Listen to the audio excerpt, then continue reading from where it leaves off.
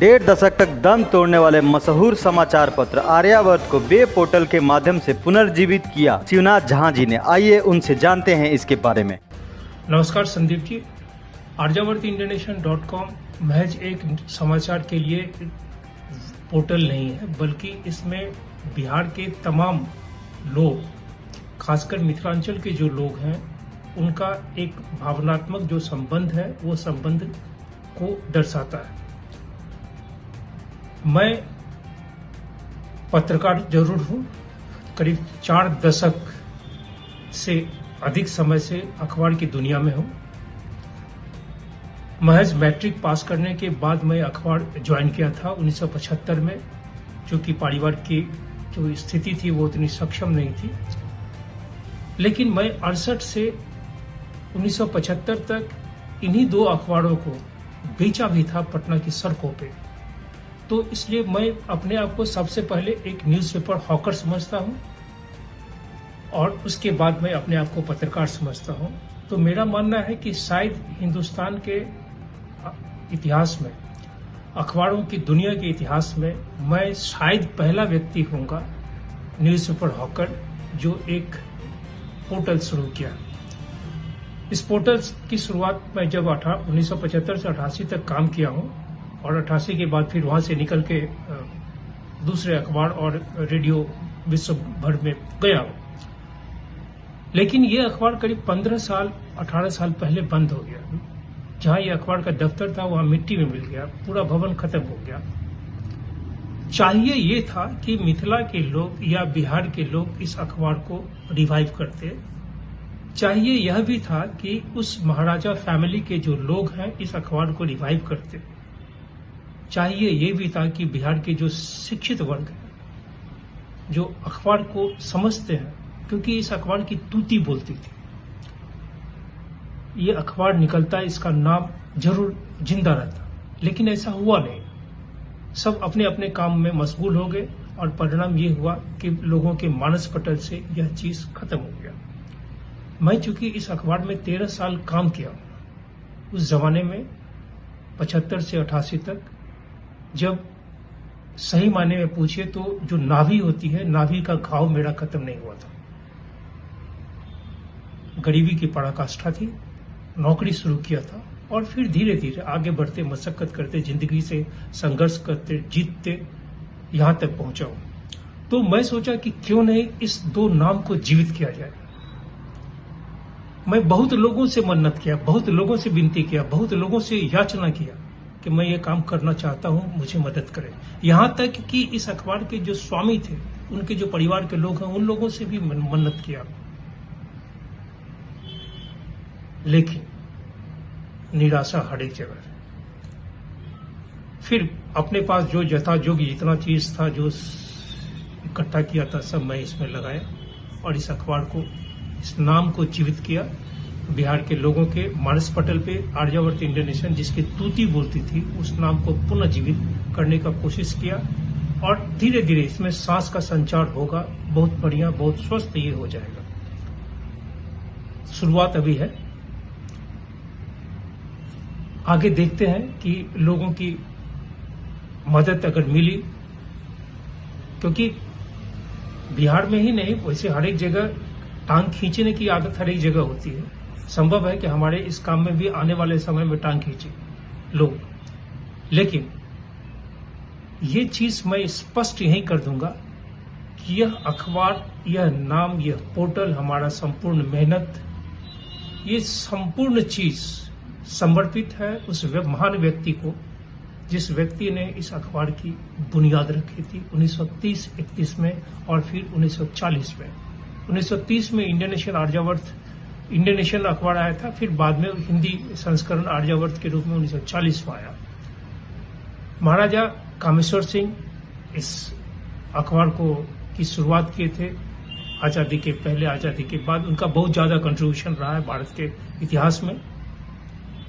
लेकिन मैं जन्म लिया 1959 में, उनकी मृत्यु हुई 1962 में। तो उनकी मृत्यु के बाद इस अखबार का जो हश्र हुआ वो नहीं होना चाहिए था। नामो निशान मिट जाना मतलब महाराजा का नामो निशान मिट जाना, ये नहीं होना चाहिए था। इसलिए उस संस्थान में जो लोग काम किए, जो लोग मृत्यु को प्राप्त किए, उन तमाम परिवारों को मैं ये पोर्टल समर्पित किया हूं। महाराजा धीराज को, सर कामेश्वर सिंह को, यह पोर्टल मैं समर्पित किया हूं कुमार सुहेश्वर सिंह को, जिन्होंने मुझे 14.5 वर्ष की आयु में इस संस्था में नौकरी दिए थे। यह समर्पित किया हूं उस संस्था में काम करने वाले उन तमाम लोगों को जो संस्था बंद होने के बाद संस्था खुलने की आस लिए मृत्यु को प्राप्त किए, या फिर उनको समर्पित किया हूं जिनके पैसे, उसमें मेरे पिता भी है, मेरे पिता चपरासी थे उस संस्था में, 28 साल पहले उनकी मृत्यु हुई। वो भी तरसते रहे कि जो पैसे कुछ हैं बचे वो मिल जाते तो जिंदगी में कुछ होता, नहीं मिला, चले। मेरी माँ उनकी मृत्यु के 18 साल तक इंतजार करती रही, नहीं मिला, वो भी 10 साल पहले उसकी मृत्यु हो गई। तो मेरी माँ और मेरे पिता तो एक थे, दृष्टांत थे। इसके अलावे सैकड़ों हजारों परिवार ऐसा है जो इस तरह के इन तरह की समस्याओं को जूझते हुए मृत्यु को प्राप्त हुए। इसलिए मैं यह डेडिकेट किया हूँ, यह पोर्टल उन तमाम परिवारों को जिनके घरों में चूल्हे जलते थे इस संस्था के पैसे से, उनके मेहनत की कमाई से, उनके पसीने की कमाई से। मैं कोशिश कर रहा हूँ, शुरुआत एक है, पैसे नहीं है, बिल्कुल नहीं, मैं अर्थ से बहुत दरिद्र हूँ, बहुत कमजोर हूँ मैं, लेकिन सोच जरूर बहुत बेहतर है। तभी 3 करोड़ से ज्यादा मिथिलांचल के लोगों, मैथिलों में मैं अकेला व्यक्ति आया जो इस नाम को पुनः जीवित करने का प्रयास किया और सफल भी रहा हूं। आगे नाम रोशन होगा।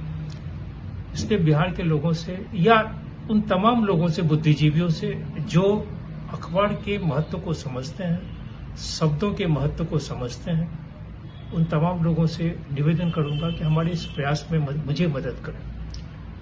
मैं इस पोर्टल से पैसा नहीं कमाऊंगा, ये बात पक्का है, क्योंकि मेरे बारे में आप इंटरनेट पे शिवनाथ झा 1857-1947 जैसे लिखेंगे गूगल साहब के आंगन में, गूगल सर्च पे, तो आपको हजारों पेज मिलेंगे, क्योंकि मैं कुछ दूसरा काम कर रहा हूं जो आज तक इतिहास में किसी ने नहीं किया।